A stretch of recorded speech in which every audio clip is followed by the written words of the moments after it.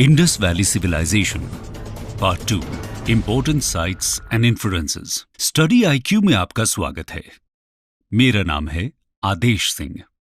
दोस्तों, हम बात कर रहे हैं इंडस वैली सिविलाइजेशन की, जो भारत के इतिहास का पहला अर्बन सिविलाइजेशन था। पिछले वीडियो में हमने देखा कि इंडस वैली सिविलाइजेशन क्यों इतना इंपॉर्टेंट पार्ट है हमारे इतिहास का, और उसमें कौन कौन से मेजर एक्सकेवेशंस आज तक हुए हैं। हमने इंडस वैली के इंपॉर्टेंट आर्किटेक्चरल और कल्चरल एलिमेंट्स के एविडेंसेस को समझने की भी कोशिश की है। इस दूसरे भाग में हम बात करने वाले हैं वहां की कुछ इंपॉर्टेंट साइट्स के बारे में, और जानेंगे कि यहां मिले एविडेंसेस हमें इंडस वैली की सोसाइटी, पॉलिटिक्स और इकोनॉमी के बारे में क्या बताते हैं।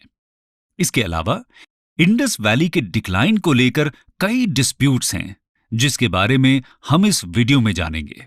आइए पहले हम बात करते हैं आईवीसी की कुछ मेजर साइट्स की। Some important sites. हड़प्पा। दोस्तों, हड़प्पा रवि के किनारे पाकिस्तान के पंजाब प्रोविंस में है। रवि के पास होने से इसको ट्रेड नेटवर्क्स, एक्वाटिक फूड और ड्रिंकिंग और कल्टीवेशन के लिए पानी का एक्सेस था। हड़प्पा ईस्ट से आने वाले ट्रेड रूट्स का मीटिंग पॉइंट भी माना गया है। यहां के मेजर एक्सकेवेशंस में granaries with brick platform, workers के रूम्स, ब्रॉन्ज स्मेल्टिंग एटसेट्रा हैं, जिसके बारे में हमने पिछले वीडियो में बात की। हड़प्पा इकलौती ऐसी साइट है जहां कॉफिन बैरियल्स का एविडेंस मिला है। अगला साइट है मोहेंजोदड़ो, जिसका English translation mound of the dead है, और ये इंडस के किनारे पाकिस्तान के पंजाब प्रोविंस के लरकाना में है। यहां पर the great bath, the great granary, bronze dancing girl, seal of Pashupati, statue of the bearded man, सबसे ज्यादा यूनिकॉर्न सील्स और वोवन कॉटन के पीसेस मिले हैं। मोहेंजोदड़ो एक यूनेस्को वर्ल्ड हेरिटेज साइट भी है। अगला साइट है ढोलावीरा, जो गुजरात के रन ऑफ कच्छ में है। रिसेंटली इंडियन गवर्नमेंट ने इसे यूनेस्को वर्ल्ड हेरिटेज साइट्स में इंक्लूड करने का प्रपोजल भी भेजा है। ये लार्ज रेजर्वायर्स और elaborate system of water harvesting के लिए फेमस है। चलिए अब समझते हैं हड़प्पन पॉलिटिकल सिस्टम से रिलेटेड थियोरीज के बारे में। Political system. दोस्तों, ये काफी इंटरेस्टिंग सवाल है कि कैसे इंडस वैली सिविलाइजेशन इतने पुअर कम्युनिकेशन सिस्टम्स के दौर में भी एक यूनिफॉर्म सिविलाइजेशन की तरह एग्जिस्ट करता रहा और इतने वास्ट एरिया में फैल गया। थियोरी ऑफ सेंट्रलाइज्ड पॉलिटी के हिसाब से कुछ इतिहासकारों का मत है कि इंडस वैली का आर्किटेक्चरल मैग्निफिसेंस और यूनिफॉर्म ब्यूटीफुल स्कल्पचर्स यहां की रूलिंग क्लास की पावर को दर्शाते हैं। ये दिखाता है कि उनके पास मैसिव स्ट्रक्चर्स और ब्रिलियंट टाउन प्लानिंग के लिए लेबर और टैक्सेस मोबिलाइज करने की कैपेबिलिटी थी। यहां का पॉलिटिकल सिस्टम शायद एक सेंट्रलाइज्ड सिस्टम था, जिसकी वजह से ही आईवीसी कल्चर एक यूनिफॉर्म कल्चर था। इसके अलावा इन टाउन्स में मिले सिटाडेल्स ही शायद सीट ऑफ पावर थे, और मोहेंजोदड़ो की ग्रेट ग्रैनरी स्टेट का ट्रेजरी, जहां टैक्स के रूप में कलेक्टेड ग्रेन्स रखे जाते थे। Political system mature Harappan phase में अपने चरम पर था और सबसे ज्यादा वेल डेवलप्ड भी। कई सारे शहर काफी अच्छे से फोर्टिफाइड थे और पूरा एरिया वेल पॉपुलेटेड। लेकिन यहां ऑर्गेनाइज्ड मिलिट्री के प्रूफ्स नहीं मिलते हैं, पर शायद एक स्टैंडिंग आर्मी एग्जिस्ट करती थी, क्योंकि सोल्जर्स के डिपिक्शंस कई स्टोन्स में हैं। यहां किसी भी तरह के टेंपल का आर्कियोलॉजिकल एविडेंस न मिलना यह इंडिकेट करता है कि शायद यहां प्रीस्ट्स का रूल नहीं था और पॉलिटी सेक्युलर थी। यहां के रूलर्स के लिए ट्रेड एंड कॉमर्स ज्यादा इंपॉर्टेंट था दैन कॉन्क्वेस्ट्स, और शायद ये रूलर्स लार्जली मर्चेंट्स थे। लेकिन पॉलिटी के बारे में ये इन्फरेंस कंक्लूसिव नहीं है, क्योंकि दूसरी थियोरी के हिसाब से शायद यहां सिंगल सेंट्रलाइज्ड स्टेट नहीं था, बल्कि हड़प्पन सिटीज में अलग अलग रूलर्स थे जो हर अर्बन सेंटर को रिप्रेजेंट करते थे, शायद वैसे ही जैसे मिडीवल इटालियन सिटी स्टेट्स जैसे फ्लोरेंस, वेनिस, जेनोआ, मिलान एटसेट्रा थे। खैर, किसी भी पॉलिटिकल सिस्टम के लिए यह जरूरी है कि वहां की इकोनॉमी भी स्ट्रॉन्ग फाउंडेशंस पर बिल्ट हो। इसलिए अब हम चलते हैं यहां की इकोनॉमी की तरफ। Economy, agriculture. दोस्तों, इंडस वैली में एग्रीकल्चर मेन इकोनॉमिक एक्टिविटी थी, जिसका मेजर कारण इंडस वैली की फर्टिलिटी था। ये फर्टिलिटी इंडस के हर साल ओवरफ्लो की वजह से थी, जिसका एविडेंस बर्न्ड ब्रिक्स के वॉल्स में है जो फ्लड कंट्रोल के लिए यूज होते थे। इंडस वैली के मेन क्रॉप्स में व्हीट, बार्ली, राय, सेसमम, मस्टर्ड और पीज हैं, लेकिन लोथल और रंगपुर में राइस के एविडेंसेस भी हैं। आईवीसी के बारे में एक इंटरेस्टिंग बात यह है कि शायद ये कॉटन प्रोड्यूस करने वाले सबसे पहले लोग थे। बुने हुए कॉटन का एविडेंस हमें मोहेंजोदड़ो से मिला है और लगभग हर घर में स्पिंडल व्हील्स ये बताते हैं कि वीविंग एक कॉमन प्रैक्टिस थी। यहां किसी भी तरह के मेटल के हल या प्लाव का एविडेंस नहीं मिलता, लेकिन राखीगढ़ी और कालीबंगा के प्लाउड फील्ड्स इंडिकेट करते हैं कि शायद वुडन प्लाउज से यहां प्लाउइंग होती थी और स्टोन के कटिंग टूल से हार्वेस्टिंग। इरिगेशन के लिए शोरतुगाई के अलावा कहीं भी मेजर कैनाल्स का एविडेंस नहीं है, लेकिन छोटे वाटर टैंक्स जरूर थे। कालीबंगा के फील्ड्स ये भी बताते हैं कि वहां एक साथ 2 क्रॉप्स ग्रो की जाती थी। इसके अलावा एनिमल डोमेस्टिकेशन भी कॉमन था, जिसमें ox, buffalo, goats, sheep, pigs और हम्प्ड बुल मेन एनिमल्स हैं। यहां के लोग डॉग्स, कैट्स, एलिफेंट्स, राइनोस से भी अवेयर थे। डोंकी और कैमल्स का यूज प्लाउइंग और ट्रेड में होता था।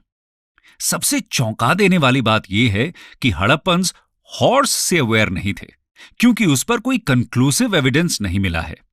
मोहेंजोदड़ो में एक टेराकोटा का हॉर्स लाइक क्रीचर और सूरकोटड़ा में हॉर्स लाइक एनिमल के स्केलेटन्स हैं, लेकिन ये दावा नहीं कर सकते कि वो हॉर्सेज ही हैं। खैर, विवाद से अलग ये तो साफ है कि फ्यूचर सिविलाइजेशन से अलग हड़प्पन सिविलाइजेशन हॉर्स सेंट्रिक बिल्कुल नहीं था। एग्रीकल्चर के अलावा ट्रेड एंड कॉमर्स भी हड़प्पन इकोनॉमी का क्रूशियल कंपोनेंट था। तो आइए अब हम हड़प्पन ट्रेड एंड कॉमर्स के बारे में जानते हैं।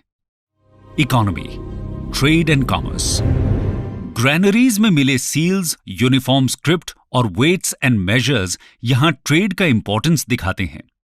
इस ट्रेड में लोथल इंपॉर्टेंट पोर्ट था, जो गल्फ ऑफ खंबाट में है। ट्रेड लार्जली बार्टर सिस्टम पर बेस्ड था, यानी कि यहां करेंसी यूज में नहीं थी। आईवीसी के कमर्शियल लिंक्स टाइग्रिस और यूफ्रेटीज रिवर्स तक मिलते हैं। मेसोपोटामिया के रिकॉर्ड्स मेलुआ नाम के सिविलाइजेशन का जिक्र करते हैं, जिसमें दिलमुन यानी Bahrain, Kuwait, Qatar, eastern Saudi और मगन यानी ओमान इंपॉर्टेंट ट्रेडिंग साइट्स थे। मेलुआ शायद इंडस वैली के लिए ही यूज होता था। हड़प्पन्स के इंपॉर्टेंट ट्रेडिंग गुड्स में terracotta pots, gold, silver, metals, beads, seashells, pearls, coloured gemstones जैसे लैपिस लैजुलाई और टर्कोइस इंक्लूडेड हैं। शोरतुगाई लैपिस लैजुलाई के लिए, Lothal carnelian trade, Khetri mines copper import, Afghanistan tin और सिल्वर इंपोर्ट और साउथ इंडिया गोल्ड ट्रेड के लिए फेमस थे। चलिए अब समझते हैं कि हड़प्पा में सोसाइटी और रिलीजन के बारे में आर्कियोलॉजिकल एविडेंसेस हमें क्या जानकारी देते हैं। सोसाइटी, तो जानते हैं सोसाइटी के बारे में।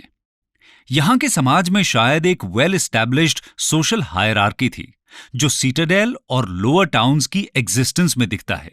सोशल डिफरेंशिएशन यहां के रेजिडेंशियल स्ट्रक्चर्स के डिफरेंसेस में भी है। कुछ स्ट्रक्चर्स छोटे और कुछ बड़े हैं। गुड क्वालिटी सील्स और स्कल्पचर और पुअर क्वालिटी टेराकोटा फिगर्स भी यहां के सोशल डिफरेंशिएशन का इंडिकेशन है। वैल्यूएबल मटेरियल्स के रेयर ऑब्जेक्ट्स भी मोस्टली बड़े सेटलमेंट्स में मिले, यानी यहां एक रीजनल डिवाइड भी था। फॉर इंस्टेंस, फायोन्स के मिनिएचर पॉट्स सिर्फ हड़प्पा और मोहेंजोदड़ो में हैं, लेकिन कालीबंगा जैसी साइट्स में नहीं। हड़प्पन्स के फैशन सेंस को भी काफी प्रेज किया जाता है, जो यहां के वाइड स्प्रेड बीड्स और ऑर्नामेंट्स में दिखता है। इन बीड्स में necklaces, fillets, armlets, fingerings, earring etcetera included हैं, जो प्रेशियस मेटल्स, जेमस्टोन्स, बोन्स और बेक्ड क्ले से बनते थे। बीड इंडस्ट्रीज चान्हुदाड़ो और लोथल में फ्लरिश कर रही थी। ये फैशन सेंस यहां के अलग अलग तरह के क्लोथ्स, हेयर स्टाइल्स और बियर्ड में भी दिखता है। लिपस्टिक, कॉस्मेटिक्स और फेस पेंट के एविडेंसेस भी हैं, जो मॉडर्न डे में भी फैशन आइटम्स हैं। रिलीजन की बात करें तो यहां ग्रेट बाथ के अलावा कोई और रिलीजियस स्ट्रक्चर नहीं मिला, लेकिन यहां के लोगों के रिलीजियस प्रैक्टिसेस के बारे में बाकी के एविडेंसेस से इन्फरेंसेस निकाले जा सकते हैं। यहां कई सारे वुमेन टेराकोटा फिगरीन्स और एम्ब्रियो ऑफ वुमन का रिप्रेजेंटेशन शायद गॉडेस ऑफ अर्थ को दर्शाते हैं। हड़प्पन्स शायद अर्थ को फर्टिलिटी गॉडेस की तरह देखते थे और वर्शिप करते थे। इसके अलावा पशुपति महादेव भी शायद एक डेटी थे जो एक सील में 3 हॉर्न्ड हेड के साथ यौगिक पोस्चर में दिखते हैं। इसके अलावा स्टोन के बने फैलस वर्शिप के एविडेंसेस भी हैं। हड़प्पन्स शायद ट्री वर्शिप भी करते थे, क्योंकि हमें एक डेटी का डिपिक्शन पीपल के ब्रांचेस में मिलता है। एनिमल वर्शिप का सबसे important evidence 1 horned unicorn seal है। कई और एनिमल्स का सील्स में रिप्रेजेंटेशन भी एनिमल वर्शिप को इंडिकेट करता है। यहां एम्युलेट्स का मिलना बताता है कि शायद ये ईवल फोर्सेस में भी विश्वास करते थे। इन सब के बाद सवाल ये उठता है, क्या हड़प्पन कल्चर में लैंग्वेज का एग्जिस्टेंस था? चलिए आइए देखते हैं। Language and script. दोस्तों, हड़प्पन सिविलाइजेशन में लैंग्वेज की बात करें तो ये एक प्रोटो हिस्टोरिक सोसाइटी थी, यानी यहां रिटन एविडेंसेस तो मिले लेकिन स्क्रिप्ट डिकोड नहीं हुई है। हड़प्पन्स ने आर्ट ऑफ राइटिंग को इन्वेंट तो किया, लेकिन ये शायद अंडर डेवलप्ड थी। हड़प्पन स्क्रिप्ट लार्जली पिक्टोग्राफिक है, यानी उसमें अल्फाबेट्स की जगह डायग्रामेटिक सिंबल्स हैं। इनकी राइटिंग स्टाइल को बूस्ट्रोफिडॉन बोलते हैं, जो राइट टू लेफ्ट और फिर लेफ्ट टू राइट लिखी जाती थी। एंशिएंट सिविलाइजेशंस में बेरियल प्रैक्टिसेस को भी काफी इंपॉर्टेंस दिया जाता है, इसलिए अब हम हड़प्पन बेरियल प्रैक्टिसेस के बारे में जानेंगे। The burial practices. मोहेंजोदड़ो में 3 तरह के बेरियल्स हैं: कंप्लीट बेरियल, फ्रैक्शनल बेरियल्स और पोस्ट क्रिमेशन बेरियल। फ्रैक्शनल बेरियल्स में डेड बॉडी को पहले वाइल्ड बीस्ट्स और बर्ड्स के लिए छोड़ दिया जाता था और बाद में बचे हुए बोन्स को बेरी किया जाता था। सबसे कॉमन बेरियल प्रैक्टिस थी एक्सटेंडेड इनह्यूमेशन की, जिसमें हेड जनरली नॉर्थ की तरफ होता था। हड़प्पा में वुडन कॉफिन और रेडिश क्लॉथ में लिपटी बॉडीज मिली हैं और सूट कोटड़ा से पॉट बेरियल के एविडेंसेस। लोथल में डबल बेरियल का एविडेंस मिला है, जहां मेल और फीमेल बॉडीज को साथ में दफन किया गया था। इस पर्टिकुलर केस में फीमेल स्केलेटन में हेड इंजरी है, जिसके चलते क्लेम किया गया कि शायद यहां विडो सैक्रिफाइस जैसी प्रैक्टिसेस थी। लेकिन बाद में राखी गढ़ी में 2019 में मिले डबल बेरियल में ऐसा कोई इंजरी नहीं मिला। ऐसे डबल बेरियल का वाइड स्प्रेड एक्सिस्टेंस न होना यह इंडिकेट करता है कि विडो सैक्रिफाइस की थियरी शायद वीक है। इसके अलावा बेरियल्स में पॉटरी और बाकी के आर्टिफैक्ट्स जैसे बैंगल्स और बीड्स आफ्टर लाइफ में बिलीफ को इंडिकेट करते हैं। बेरियल्स के आर्टिफैक्ट में क्वालिटेटिव डिफरेंसेस यहां सोशल हायरार्की की थ्योरीज को सपोर्ट करते हैं। तो ये थी हड़प्पा की सोसाइटी, कल्चर, पॉलिटी और इकोनॉमिक्स की कहानी। लेकिन दोस्तों, इतनी मैग्निफिसेंट सिविलाइजेशन के बारे में इतिहासकार कहते हैं कि ये मिस्टीरियस तरीके से खत्म हो गया। तो आइए समझते हैं हड़प्पन डिक्लाइन को। Theories of decline. दोस्तों, हड़प्पन डिक्लाइन पर काफी विवाद है और 100% सर्टेनिटी के साथ कोई भी थियोरी प्रूव्ड नहीं है। 1900 बीसी के आसपास कई इंडस सिटीज खाली हो गई और हिस्टोरियंस मानते हैं कि यह प्रोसेस 1700 बीसी के आसपास स्टार्ट हुआ। एक थियरी के हिसाब से हड़प्पा का डिस्ट्रक्शन इन्वेडर्स ने किया। इसे आर्यन इन्वेजन या माइग्रेशन थियरी कहा जाता है। कुछ एविडेंसेस बताते हैं कि लोगों ने अपने वैल्यूएबल आइटम्स घरों में छुपाने चालू कर दिए थे। यह शायद एक इन्वेजन के डर से था। 1920s में मोहेंजोदड़ो में 39 मेल, फीमेल और चिल्ड्रन के स्केलेटन्स मिले और यह प्रिडिक्ट किया गया कि शायद ये आउटसाइड इन्वेजन में मारे गए थे। लेकिन बाद में पता चला कि केवल 2 स्केलेटन्स में सोर्ड जैसे अटैक के मार्क्स हैं और वो भी पुराने घाव थे। इसके अलावा यहां किसी भी बैटल का कोई डायरेक्ट एविडेंस नहीं मिलता। हो सकता है कि मोहेंजोदड़ो के ये 39 लोग किसी डिजीज से मारे गए हों। आर्यन थियोरी के ऊपर डिबेट्स आज भी जारी हैं, स्पेशली बायोलॉजी और जेनेटिक स्टडीज में। 2019 में जर्नल्स सेल और साइंस में पब्लिश्ड 2 स्टडीज ने आर्यन इन्वेजन थियरीज पर डिबेट फिर से शुरू किया। इन जर्नल्स में पब्लिश्ड स्टडीज का इंटरप्रिटेशन मीडिया में अलग अलग तरीके से हुआ। कुछ ने कहा कि इन स्टडीज ने आर्यन माइग्रेशन को डिस्प्रूव कर दिया, लेकिन कुछ रिपोर्ट्स ने कहा कि इन स्टडीज का मिस रिप्रेजेंटेशन हुआ है। स्क्रोल में पब्लिश्ड एक रिपोर्ट के हिसाब से इन स्टडीज में इन्वॉल्व्ड मोस्ट स्कॉलर्स ने आउटराइटली आर्यन थियरी को रिजेक्ट नहीं किया है, एक्सेप्ट फ्यू। अगली थियरी एनवायरमेंटल फैक्टर्स को हड़प्पन डिक्लाइन का जिम्मेदार बताती है। कहते हैं कि 1700 BCE में यमुना और सतलज दोनों पुराने कोर्सेज को अबैंडन कर नए कोर्स में फ्लो होने लगी और हाकरा घग्गर भी इसी दौर में ड्राई अप हो गई। इसके चलते यहां वाटर सप्लाई कम हो गया। इसके अलावा इस दौर में रेनफॉल भी कम हुई। सॉइल की फर्टिलिटी में रिडक्शन ने सीरियल प्रोडक्शन को कम कर दिया और अर्बन लोग स्टारवेशन से मर गए। कुछ स्कॉलर्स सडन फ्लडिंग को भी जिम्मेदार मानते हैं। रोचेस्टर इंस्टीट्यूट ऑफ टेक्नोलॉजी के मैथमेटिशियन और साइंटिस्ट निशांत मलिक ने Chaos an interdisciplinary journal of non-linear science में क्लेम किया कि क्लाइमेट चेंज हड़प्पा के डिक्लाइन का मेन कारण था। यह प्रिडिक्शन एक मैथमेटिकल मॉडलिंग के बेसिस पर था।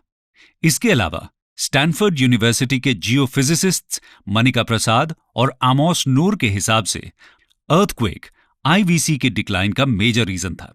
वैसे तो ये रीजन टेक्टोनिकली इनएक्टिव माना जाता है, लेकिन 2001 में हुए अर्थक्वेक एक्टिविटीज के बाद इन रिसर्चर्स ने हिस्टोरिक और करंट साइज्मिसिटी के डेटा को यूज करके कहा कि यहां अर्थक्वेक का इतिहास काफी पुराना है। इनका कहना है कि धोलावीरा में लगभग 2200 BCE और कालीबंगा में 2900 और 2700 BCE में मैसिव अर्थक्वेक्स के आर्कियोलॉजिकल एविडेंसेस भी हैं। ट्रेड कोलैप्स थ्योरी की माने तो मेसोपोटामिया में पॉलिटिकल क्राइसिस के चलते ट्रेड नेटवर्क्स कोलैप्स हो गए, जो आईवीसी के अर्बन सेंटर्स के डिक्लाइन का कारण बना। कारण कुछ भी हो, लेकिन यह फैक्ट है कि 1900 BCE से हड़प्पन सिटीज का ग्रैंड्योर कम होने लगा और लोग इंडस वैली से शिफ्ट होकर बाकी के एरियाज में फैल गए, जहां पोस्ट हड़प्पन कल्चर का जन्म हुआ। यह हड़प्पा से काफी बैकवर्ड था। इसमें इंपॉर्टेंट कल्चर्स मालवा कल्चर, अहार कल्चर और जोरवे कल्चर हैं, जो प्राइमरीली चालकोलिथिक यानी कॉपर डोमिनेटेड सोसाइटीज थी और ये हड़प्पा से काफी अलग थीं। आईवीसी के बाद ऐसा प्रोमिनेंट सिविलाइजेशनल ग्रोथ हमें 1500 सालों बाद महाजनपद और मगध में दिखा, लेकिन तब तक largely Indian society village dominated ही रही। तो दोस्तों, ये थी कहानी इंडस वैली सिविलाइजेशन की, जिसके अचीवमेंट्स हमें आज भी इंस्पायर करते हैं।